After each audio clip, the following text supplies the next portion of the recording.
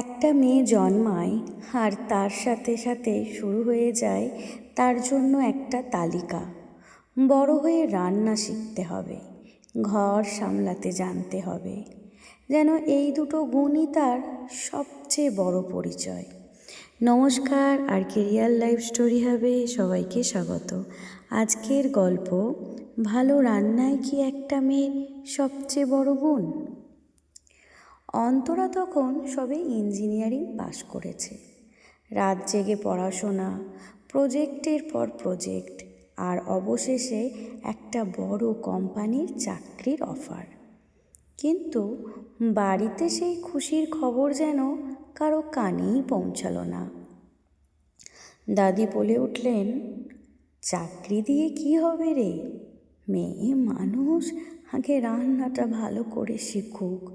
শ্বশুর বাড়িতে গিয়ে যদি রাঁধতে না পারে, মুখ থাকবে? অন্তরা চুপ করে বসে রইল। বাবা খবরের কাগজের আড়ালে মুখ লুকালেন, কিছু বললেন না। তারপর এলো পাত্রপক্ষ দেখার দিন। কেউ জিজ্ঞেস করল না, তুমি কি পড়েছ, তোমার স্বপ্নটাই বা কী? প্রশ্ন এলো শুধু একটাই, রান্না করতে পারো তো? আচ্ছা, কি রান্না পারো?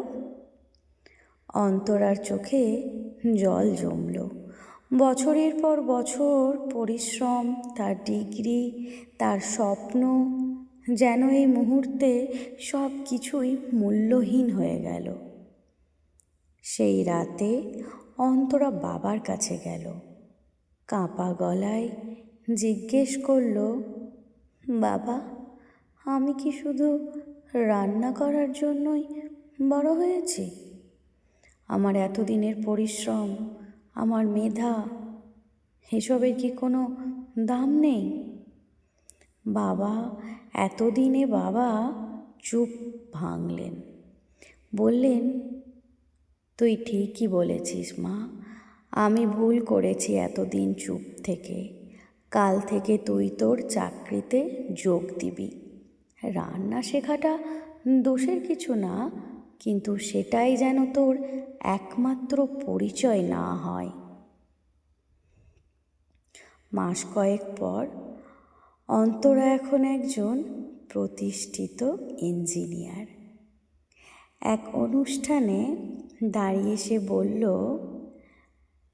একটা মেয়ে রান্না জানুক বা না জানুক, তার আসল পরিচয় তার মেধায়, তার সাহসে, তার স্বপ্ন পূরণ করার ক্ষমতায়।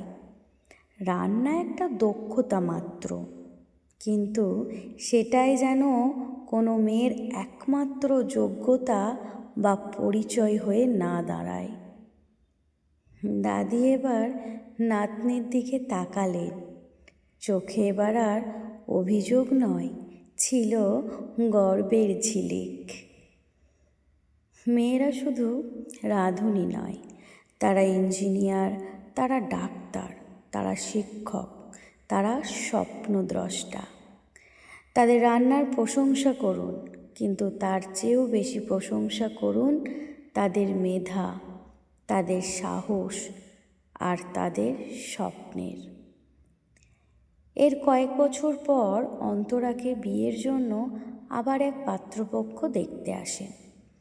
পাত্রের মা যখন জানতে চান মেয়ে রান্নাবান্না জানে কি না, তখন অন্তরার বাবা বলেন, দেখুন, আমার মেয়ে একজন ইঞ্জিনিয়ার, আর সে 3 বেলা পেট ভরানোর জন্য যেটুকু রান্না জানা দরকার সেটুকু জানে। বাট ও রান্না ছাড়াও আরও অনেক কিছু অনেক ভালো জানে, যা প্রশংসা করার মতো।